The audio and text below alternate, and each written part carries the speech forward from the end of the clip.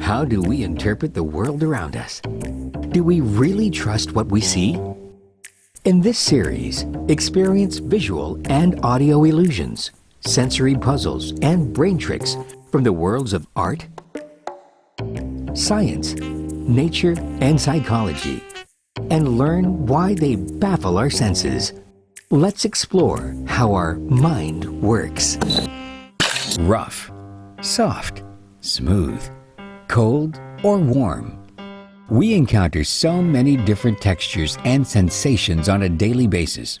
Our sense of touch is able to recognize a lot of things, even when we don't use our eyes. But how does touch connect to our brain?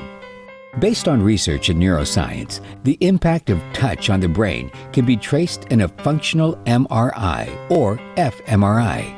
Activity in different areas is measured by the increase in blood flow, correlated with increase in neuronal activity.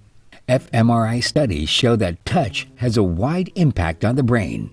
It influences our sensations, movements, and thought processes, as well as our ability to learn new movements. Touch affects various brain regions at both conscious and unconscious levels. This is important because we usually have to depend on vocal responses to know the impact of touch. There's an area on the surface of the brain known as the somatosensory cortex. This is the brain's map of the body. Touch can trigger activity in this area.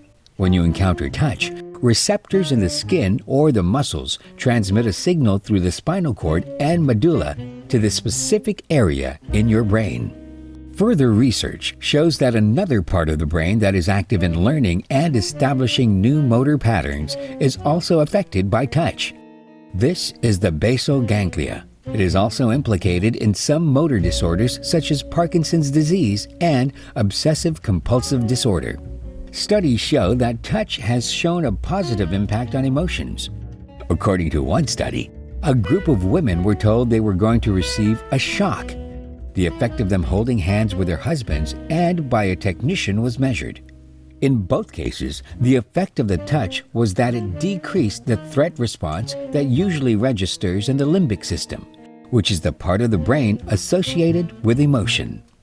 When somebody touches us, there is a pressure pushing on the skin at the point of contact. Under the skin, there are pressure receptors called Pacinian corpuscles. When they receive pressure stimulation, they send signals to a nerve bundle in the brain called the vagus nerve. The vagus nerve slows down the heart rate and decreases blood pressure. As a result, you will feel less stressed. In addition to feeling calm and reducing stress, a friendly touch can also release the hormone oxytocin, a neuropeptide that promotes feelings of devotion, trust, and bonding. The next time you give or receive the slightest friendly touch, remember the positive impact it has. So, a hug, a friendly grasp of the hand, or even a pat on the back can do more wonders than you think. Fact: babies lose half their neurons before they are born. This process is called pruning.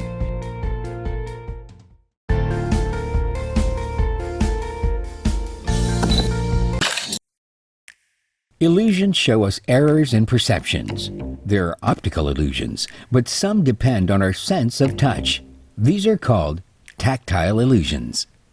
Our sense of touch has 5 mechanisms that register pain, heat, cold, pressure, and physical contact with an object at the most basic level. Sometimes, though, we can also be fooled. For example, one of the oldest tactile illusions is called the Aristotle illusion. Aristotle's illusion is a tactile illusion that happens when a test person holds an object between the crossed index finger and middle finger. Without visual feedback, the person tries to determine the number of objects held. Here's how you can try the Aristotle illusion. Cross your fingers, then touch a small spherical object like a dried pea. It will feel like you are touching 2 peas. This will also work if you touch your nose. This shows something called perceptual disjunction. This happens because your brain was not able to take into account that you have crossed your fingers.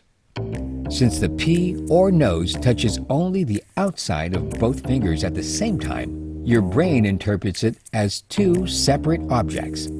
Because of the perceptual system's inability to detect the relative position of the fingers, the single object usually gets interpreted as two objects. You can do a similar effect by holding your hands in front of you with palms down. Close your eyes and get someone to lightly tap the back of both hands once, one after the other, with as short an interval as possible in between each tap. Then, open your eyes and wave the hand that was tapped first. You'll find out you will get it right every time. Now, try it again with crossed arms. If the taps are close together, like less than 300 milliseconds, you will get it wrong most of the time. According to neuroscientists, it might be a result of your brain trying to do too many things at once. This illusion can also be done using sticks. Hold two wooden spoons out in front of you, one in each hand. With arms uncrossed, get somebody to tap the ends of the spoon in quick succession. Here, you will automatically know which stick was tapped first. But if you cross the spoons over, not your arms, you will get it wrong. Another weird thing is, if you cross your arms and the spoons, the two crossings over cancel each other out, and you will easily know which one was tapped first. All these tricks seem fairly simple, but they reflect a complex interaction of nerves. Fact: the human cerebellum, or little brain, weighs about 150 grams.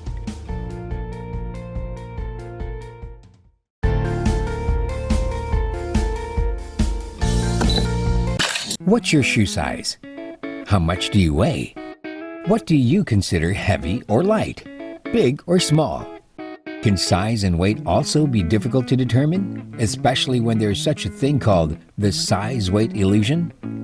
The size-weight illusion is also known as the Charpentier illusion, named after a French physician named Augustin Charpentier. He was the first to demonstrate the illusion in an experiment. The illusion happens when a person underestimates the weight of a larger object when compared to a smaller object containing the same mass. This illusion also happens in difference in material and color. For instance, metal containers can seem lighter than wooden containers of the same size and mass. Also, darker objects feel lighter compared to brighter objects of the same size and mass. In other words, illusions can be described as contrast with an object's expected weight. Expected weight or density can be measured using matching visible or hidden weights lifted in the same manner. One of the early explanations for these illusions was that people usually judge an object's weight through its appearance. Then, they lift it with a predetermined force. If they think that a large object is heavier, they use greater force in lifting it.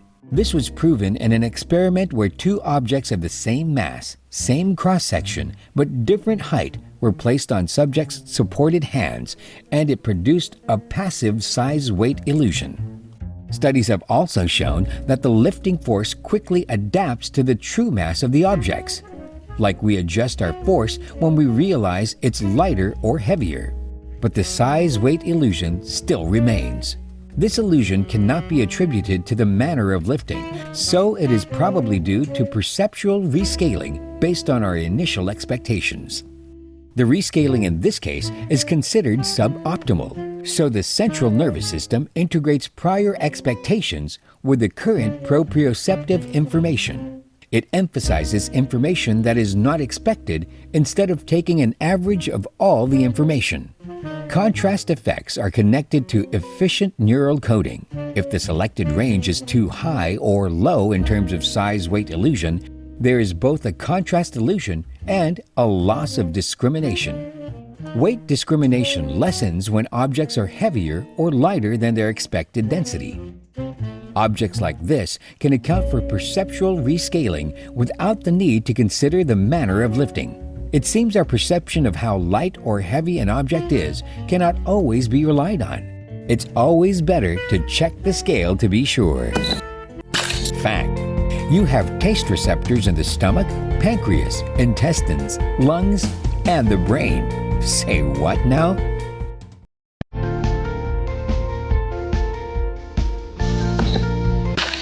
You would say it is easy to tell whether something is hot or cold, right? Fire is hot, ice is cold. The sun's rays are hot, snow is cold. Different kinds of nerve cells or receptors called thermoreceptors are specialized neurons that are sensitive to the changes in temperature. They detect shifts in temperature within a normal range, while nociceptors are what detect temperatures that could be dangerous to the body. In the skin, thermoreceptors send information to our brain about the temperature in our environment. Usually, this is important because it will let the body know if there is an unusually cool or warm temperature that might prompt you to put a warm jacket or remove a layer of clothing to be more comfortable.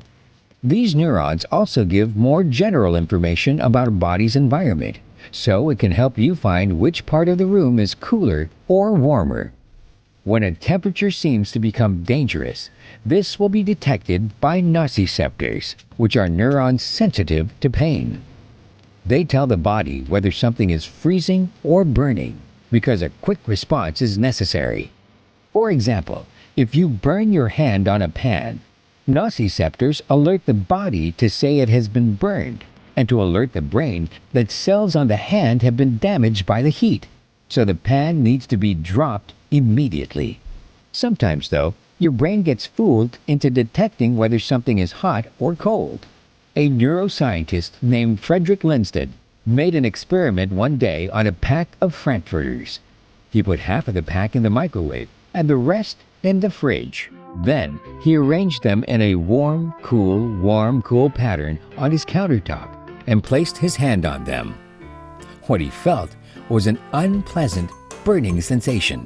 This trick is called the thermal grill illusion.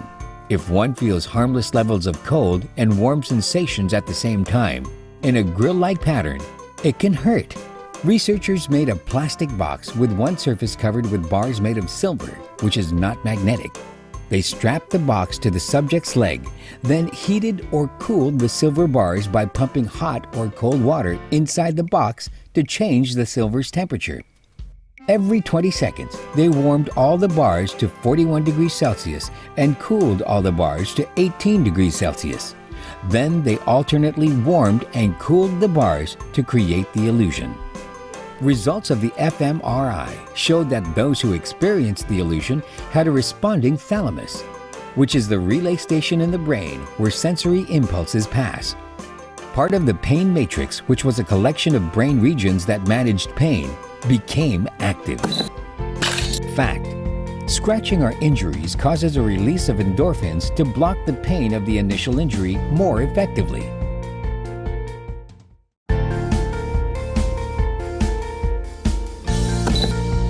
How well do you know your own body? Would you notice if a part of you went missing? That might sound like a silly question, but the answer isn't as obvious as you think. There is an illusion called phantom limb, which is the sensation that a missing limb or organ is still attached to the body and moving normally with other body parts.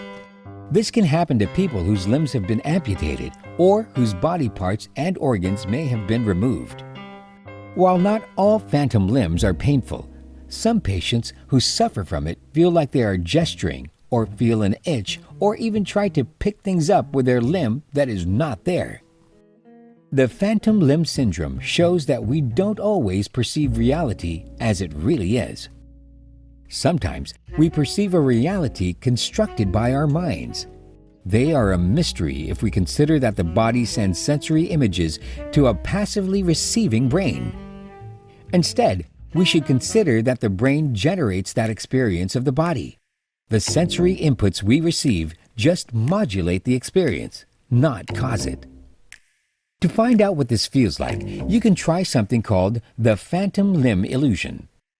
A participant will sit on a table with their forearm and hand resting on a table. Put a fake rubber arm next to the person's arm. A towel will cover their shoulder to the forearm of both the fake and real arms, so the participant's mind will not tell which of the two arms is the real one. Then, the two arms, the real and the fake one, are simultaneously stroked in less than a minute. the participant will feel that they have two right arms. Our brain constantly tries to figure out where our body is. It does so by combining the information from position, touch, and signals from the muscles and tendons in our arm. A map of the body is developed by the brain to keep track of where our limbs are and what they are doing for different reasons. To keep us from harm, enable movement, and provide a sense of bodily self.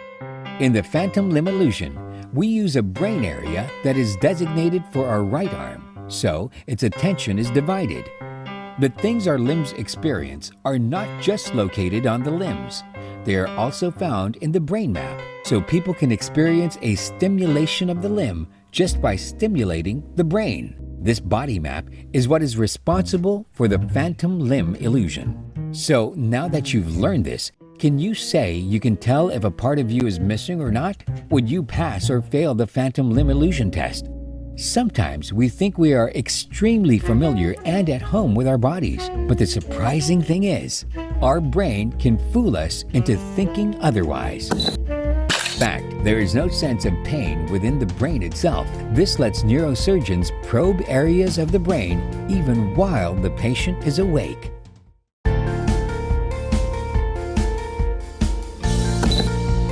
Movement is a part of our everyday lives. Well, unless you're too lazy to get up, that is. However, there is a sensation of motion or spinning that is also described as dizziness. This is called vertigo.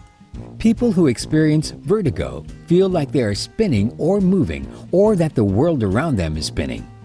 Vertigo actually happens when there is a conflict between the signals sent to the brain by different balance and positioning sensing systems of the body. To better understand this, let's first learn the different parts of our body that affect movement and perception of movement.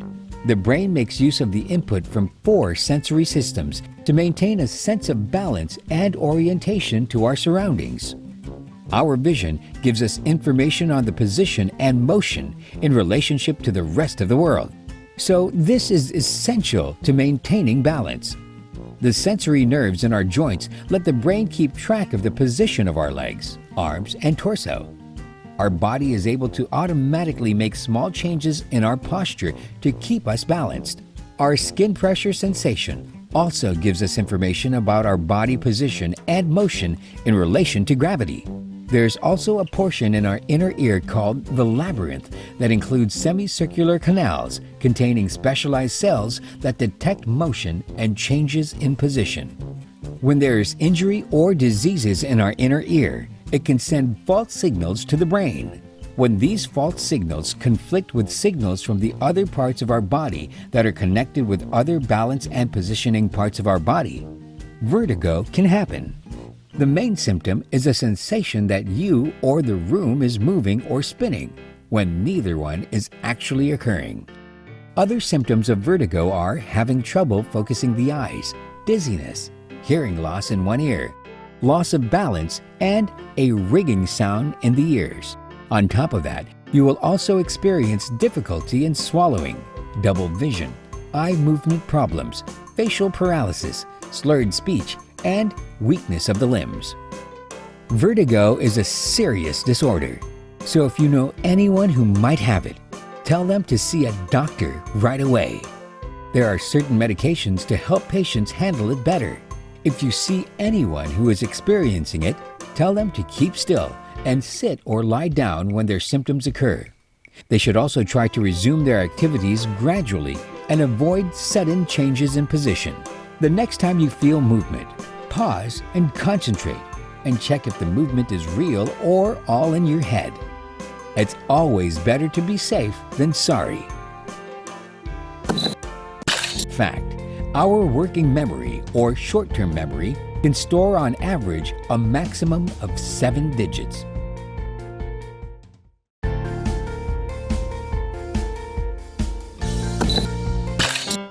We're aware that each of our senses has a specific purpose. Our eyes to see, our nose to smell, our skin to touch, and so on. However, each of the senses also has the ability to influence information processing in the other senses. So don't think they're limited to just one purpose. Multisensory integration is the study of how different senses are integrated by the nervous system. This includes our sense of sight, sound, touch, smell, self-motion, and taste. Multisensory integration is essential to our adaptive behaviors because it lets us perceive a world of coherent perceptual entities. It also deals with how our different senses interact with each other and affect each other's processing. For example, when we hear a car's honking sound, we would assume that the car making that sound would be the car that is spatially closest to the honk. This is a case of combining visual and auditory stimuli. On the other hand, sound and images on a TV show would be integrated as a structural congruent by combining visual and auditory stimuli. However, if the audio and video did not fit meaningfully, we would segregate the two stimuli. Research shows that our visual modality is usually more biased than our other senses. Based on one experiment studying the varying degree of spatial congruency, vision overpowers whatever we hear. This behavior is also called the ventriloquist effect. A study by Welch and Warren in 1980 showed that multisensory processes followed a visual dominance of spatial tasks or visual capture, showing that we will usually depend on vision over our senses of hearing and touch to solve spatial problems. So, auditory stimuli cannot influence our perception of the location of a stimulus. Instead, audition was considered dominant in temporal tasks. Another theory is the Bayesian integration, which says our brain has to deal with a number of inputs.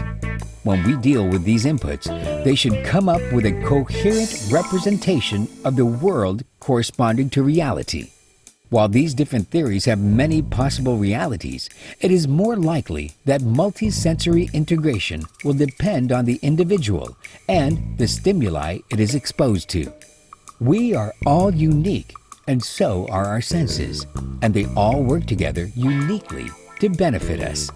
The fact that our senses can automatically work together with each other shows how amazing our entire system is. Don't you agree?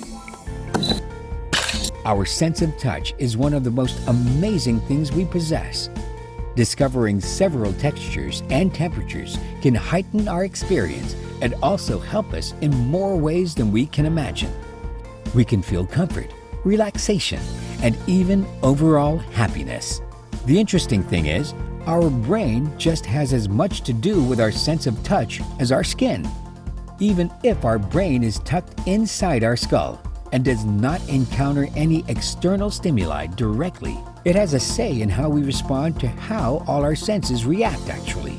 So keep using all your senses and keep your mind open.